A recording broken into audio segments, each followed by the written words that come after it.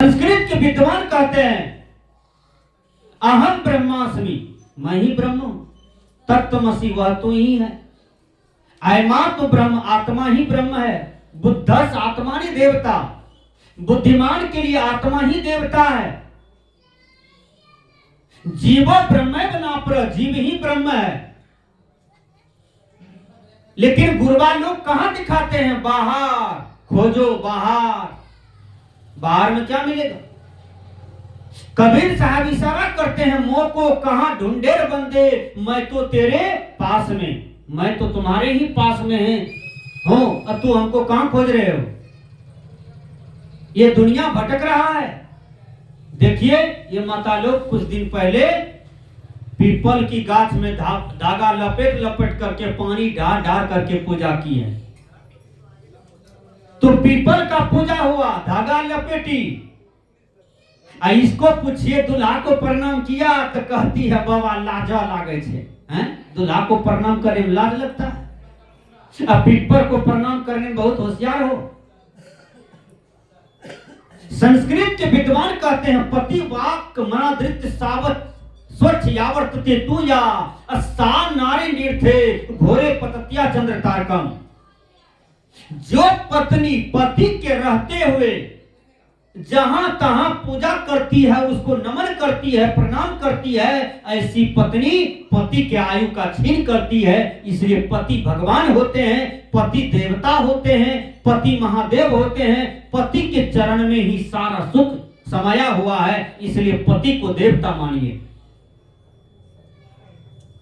नाक से लेकर के यहां तक सिंदूर घसते हैं, किसने घसा है? किसने शोभा बढ़ाया? पति है ना। एक बार हम रास्ते से जा रहे थे, एक मां कह रही थी, खूब गाली दे रही थी, तो हम थोड़ा गाड़ी धीरे किए तो हम सुने, तो कह रही थी कोढ़िया। तो हम बोले बहन जी तुम ये गाली क्यों दे रही हो? किसको दे रही हो? करके हम अपन दुल्हा के दे छिए। तो जो पत्नी अपने पति को कोढ़िया कहेंगे, विचार करो वह कैसा दुर्भागी है, वह कैसा अभागिन है कि अपने पति को गाली दे रही है। जिस पति का पूजा करना चाहिए उसको वो गाली दे रही है। विचार करो, दशहरा में 10,000 का साड़ी लेते हैं, अब पहन करके चलते हैं मेला, निहारते हैं हम सुंदर लगते हैं कि नहीं। 10,000 टका आया कहां से? हरियाणा कमाते कमाते बेचारा का कान में गुज्जू बढ़ गया, ईटा ढोते ढोते। आप 10,000 में साड़ी लिए, आपको दिया है। तो ऐसे पति को आप सेवा नहीं करेंगे, पूजनीय नहीं समझेंगे, तो आप इस जड़ को पूजा खाली करते हैं। कबीरन भक्ति बिगाड़िया कंकर पत्थर धोए। कबीर साहब जी कहते हैं कि ये संसार के लोग अज्ञान में अपनी भक्ति के स्वरूप को बिगाड़ लिए। कंकर पत्थर धोए, कंकर को धोते हैं, पत्थर को धोते हैं, फोटो को धोते हैं, घर में छोटका देवी देवता है उनको धोते हैं, और सास ससुर को दे बेनाठी देते हैं, माँ बाप को दे लाठी देते हैं, दादा दादी को कभी आरती नहीं दिखाते हैं, दादा दादी को गाली देते हैं। विचार कीजिए। अरे पूजा करो, चेतन का पूजा कीजिए, आत्मा का पूजा कीजिए। ये बंदी छोड़ कबीर का सिद्धांत है।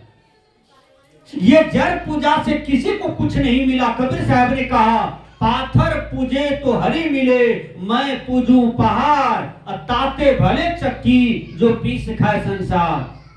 ये संसार के लोग काली मैया को पूजते हैं, दुर्गा मैया को पूजते हैं, शंकर भगवान को पूजते हैं, ब्रह्मा जी को पूजते हैं, राम जी को पूजते हैं, कृष्ण जी को पूजते हैं, और माँ बाप को कभी नहीं पूजते हैं, गुरु को कभी नहीं पूजते हैं।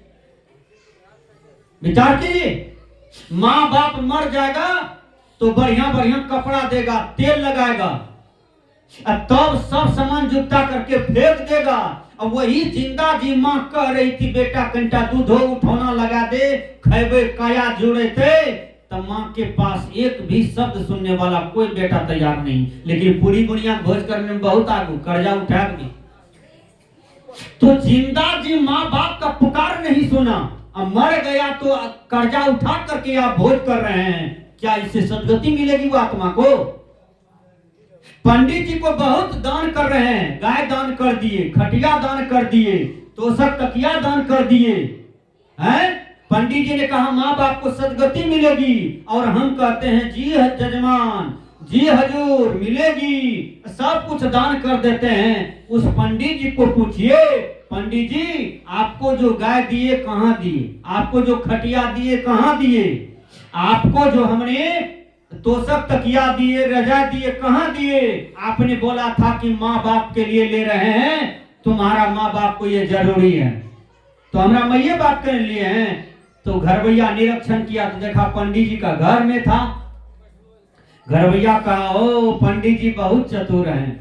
अच्छा पंडित जी इस बार लिए तो लिए, लेकिन अब आपको हाथ लगने नहीं देंगे।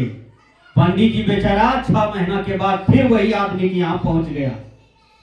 पंडित जी कहता है जी एक बात जानते हो, हमको सपना दिया है तुम्हारा माँ बाप। कहा क्या? कहा तुमको काला चीज दान करना होगा। कहा काला? काला तो हमारा दरवाजे पर भैंस है। कहा ओ पंडित जी लगता है कोनो ही बेनाठी लगाएगा हमारे साथ आज। वो आदमी सीधा साधा था, समझ में नहीं आया। बगल में एक कबीरपंथी था, चला गया उसके पास। कहा भैया पंडित जी कहते हैं माँ बाप का तारू सूख गया है तुम्हारा, तुमको कड़िया चीज दान करना होगा। तो कड़िया चीज हमरे कहीं कुछ नहीं है, तो भैंसे है। अब भैंस 10 किलो सांझ 10 किलो सुबह लगता है। तो कबीरपंथी समझ गया कि ओ लगता है पंडित जी का सूत्र भैंस के तरफ है। का एक काम करो, चले जाओ फारबिसगंज चौक, ज्यादा बाजार में नहीं जाना, इधरे मिल जाएगा। एक सरलाहा कपड़िया आदमी है, 5,000 का पूंजी है, देखना 2 रुपया मीटर वाला कपड़ा होगा कड़िया, वही लाके दे दो पंडित जी को, आधा मीटर कड़िया कपड़ा लिया, ला करके पंडित जी को दे दिया।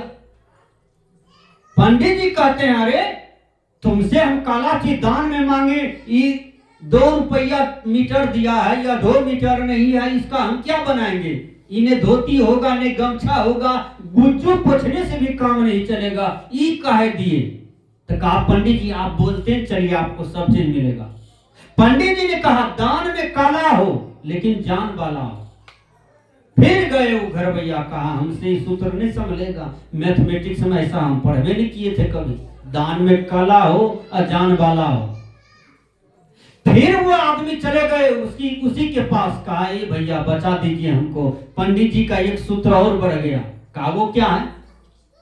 कहा पंडित जी कहते हैं दान में काला हो जान वाला हो। कहा एक काम करो, जाओ मकई खेत में हमारा एक कौवा है, और उसको हमारा बेटा ऐसी ढेपा मारा कौवा छटपटा करके वहीं फंसा हुआ है, मरबो ने किया है। दान में काला है जानो वाला है, मरबो ने किया है तो काला है जान है ये। पंडित जी बोला के कौवा दे, ला लिए बेचारा कौवा एक बार पटक दिए पंडित जी के गोद में। कहा पंडित जी दान में काला है जान वाला है। कौवा हुकुर कर रहा था, मरने ही वाला था। पंडित जी ने कहा लगता है नहीं देगा हाथ लगने के लिए। फिर पंडित जी ने कहा दान में काला हो जान वाला हो लेकिन 4 पैर वाला हो। सीधे भैंस की तरफ पहुंच गया, बथान की तरफ। फिर कहते हैं हे ओ भाई का क्या कहा बचा दीजिए, समझ में नहीं आ रहा है। पंडित जी का तो तीसरा सूत्र है। कहा पंडित जी क्या बोला बोलो? कहा पंडित जी ने कहा कि दान में काला हो जान वाला हो 4 पैर वाला हो। कहा 4 पैर वाला हो, ऐसी बात बोली पंडित जी? कहा तब? कहा एक काम करो जाओ हमारे भूसखाड़ी में एक करिया बिल्ली है, करिया बिल्ली लो जाकर के पंडित जी को दे दो। करिया बिल्ली लिए जाकर पंडित जी को आगवे में पटक दिया। कहा पंडित जी दान में काला है जान वाला है 4 पैर वाला है। पंडित जी तो कहा बात तो सही है, पंडित जी भागेगा कैसे है? दान में काला था जान वाला था 4 पैर वाला था। 4 पैर है ये ना बिल्ली को, करिया बिल्ली को। पंडित जी बेचारा चमक गया। फिर पंडित जी कहते हैं एक सूत्र और मान लो। कहा बोलते चलिए हम पूरा कर देंगे। कहा दान में काला हो जान वाला हो 4 पैर वाला हो। कहा तब? कहा दूध वाला हो। सीधे पर्रू सहिते भैंस के पास पहुंच गया पंडित जी। आप विचार कीजिए, फिर चले गए वो कबीरपंथी के पास। का बचा दीजिए, नहीं बचेंगे, अब जान नहीं बचेगा मेरा। कहा क्या बोला पंडित जी? कहा पंडित जी बोला है तब ने आए हैं। पंडित जी ने कहा दान में काला हो, जान वाला हो, चार पैर वाला हो और दूध वाला हो। वो आदमी बड़ा विवेकवान था कबीरपंथी। कहा एक काम करो, फलमा मरड़ का भूस खा रहा है, भूसा आइए है भूस खा रहे। अब कुतिया बियाई है, यानी कुतिया बच्चा को जन्म दी है। अब कुतिया का बच्चा कुतिया सहिते जाकर के पंडित जी के आगे में सब सोढ़ी बच्चा पटक दो। कहना कि पंडित जी 2-250 ग्राम लागे छे, शाम सुबह लेन ला चाहिए बना के पीबो। पंडित जी बेचारा छटपटा करके भागा। कहा अरे तुमको कोई गुरु मिल गया है, तुमको कोई गुरु मिल गया है, तुम जो हाथ लगने के लिए नहीं दे रहा है। तो कबीर साहब ने कहा जाना नहीं, बूझा नहीं, समझ किया नहीं गौन, अंधे को अंधे मिला, राह बतावे कौन। यदि आपको आंख वाला गुरु मिल जाएगा तो क्या आपको कोई भटका देगा? नहीं भटकाएंगे। आपको विवेकवान गुरु मिल जाए, पारखी गुरु मिल जाए, निर्णात्मक गुरु मिल जाए, सही गुरु मिल जाए, तो आपके जीवन का जो उद्देश्य है वह पूर्ण हो जाएगा। आपको कोई भटका नहीं सकता है, गिरा नहीं सकता है। इसलिए संत कहते हैं कि अपने जीवन में गुरु करो, लेकिन गुरु हो विवेकवान, चरित्रवान, वैराग्यवान, बंध मुक्तम ब्रह्मनिष्ठम कृत कृत भजत गुरम यश प्रसादात संसार सागरे गोस्पदायते। जो बंधन से मुक्त हो, ब्रह्मनिष्ठ हो, ऐसे गुरु को भजो, ऐसे गुरु के चरण को पकड़ो, तुम्हारे जीवन का कल्याण हो जाएगा। भगवान राम का जीवन कैसे सफल होगा? क्या भगवान राम मां के गर्भे से भगवान हो गए थे? भगवान बनने के लिए भगवान राम को गुरु के पास जाना पड़ा। भगवान कृष्ण को भगवान बनने के लिए गुरु के पास जाना पड़ा। ब्रह्मा जी भगवान है, विष्णु जी भगवान है, शंकर जी भगवान है, तो उसके जीवन को गुरु ने बनाया। जैसे मिट्टी के बर्तन को कुम्हार बनाते हैं, जैसे खिड़की, केवाड़ी, पलंग, चौकी एक काश्तकार मिस्त्री बनाते हैं, शर्मा जी बना देते हैं, उसी प्रकार यदि आप गुरु के चरणों में आते हैं तो गुरु आपके जीवन को मुक्त करते हैं, आपके जीवन को बना देते हैं। इसलिए आपके जीवन में गुरु चाहिए। निगुरा कोई आदमी मत रहिए। ABCD सीखने के लिए गुरु का जरूरत पड़ता है। क ख ग घ अंग सीखने के लिए गुरु की जरूरत होता है। इसलिए आपके गला में यदि माला नहीं है, आप अभी तक वैष्णव नहीं है, साकट में हैं, साकट का जीवन जी रहे हैं, तनिक विचार किए कि हम साकट का जीवन क्यों जी रहे हैं। जिस बकरी को काट करके खाते हैं वह बकरी काटने का आदेश किसने फरमाया आपके जीवन में?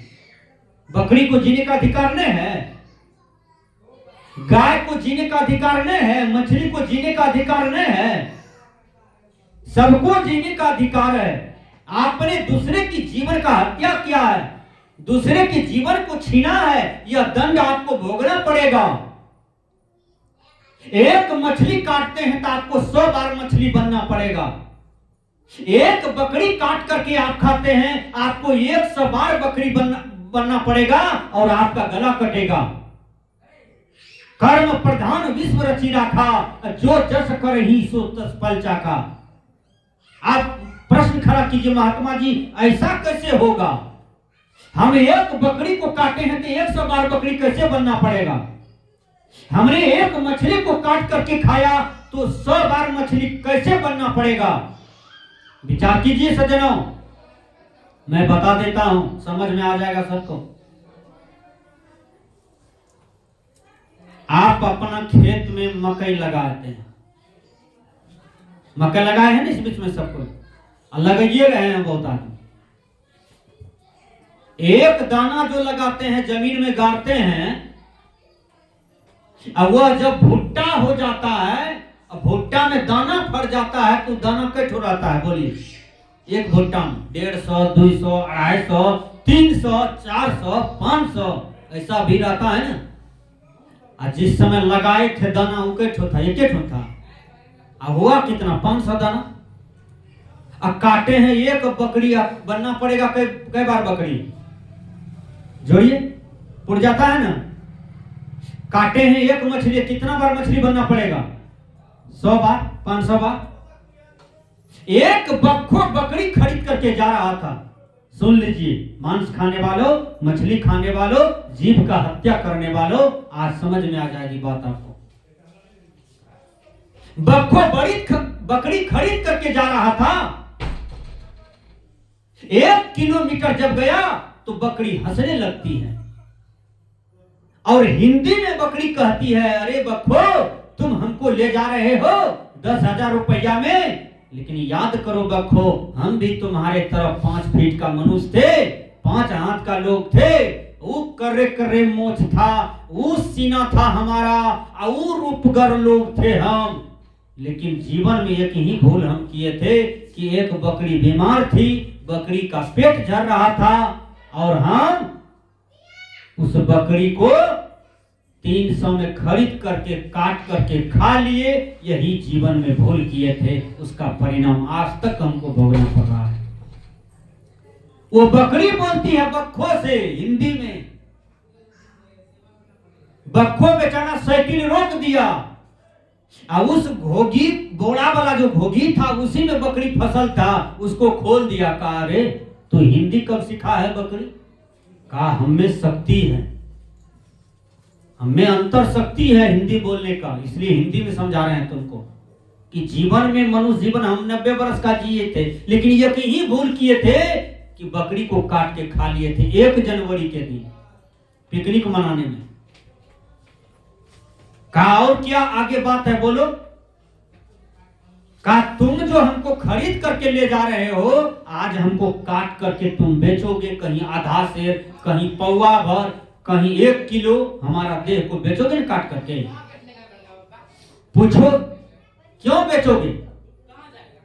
तो बक्खो ने कहा कि आए बकरी, तुम जो इतनी बात हमको बोल रहे हो, जाओ तुम्हारा हत्या हम नहीं करेंगे, तब कैसे तू मरेगी? कहा तुम हमको मारो न मारो फिर भी मेरा गला कटेगा। कहा कब कटेगा? कहा कल 9 बजे के अंदर ही कट जाएगा मेरा गला, मेरा समय पूरा हो गया। 99 बार हम बकरी बन चुके हैं स्मृति लोक में, 99 बार मेरा गला कटा, मेरा देह को खाया संसार के लोग। आज 100 बार में ये बकरी तन मिला है, ये कल गला कटेगा, फिर हमको कर्म भोग से छुट्टी मिलेगी और मनुष्य तन प्राप्त कर लेंगे। बक्खो ले गया, बकरी को आमबाड़ी में छोड़ दिया। कहा जितनी बात बकरी भविष्यवाणी की है हम थोड़ा परीक्षण करेंगे, बकरी सही बोलती है कि गलत बोल रही है कि हमको ठग रही है बकरी। आमबाड़ी में ले जाकर के बकरी को छोड़ दिया। ठीक 8 जब बजता है दिन तो बादल मंडल लग गया, प्रकृति में बारिश होती है, हवाएं तेज से चलने लगी, पत्थर गिरने लगा, लोगों का टीना घर द्वार उड़ जाने लगा। जो पक्की घर था वह सुरक्षित बचा। ऐसा आंधी आया कि आम का डाल गिरा, बकरी का सर अलग हो गया और धर अलग हो गया। जो बकरी कही थी कि 9 बजे के अंदर में हम मर जाएंगे, बात हकीकत मिल गया। अब विचार कीजिए सज्जनों,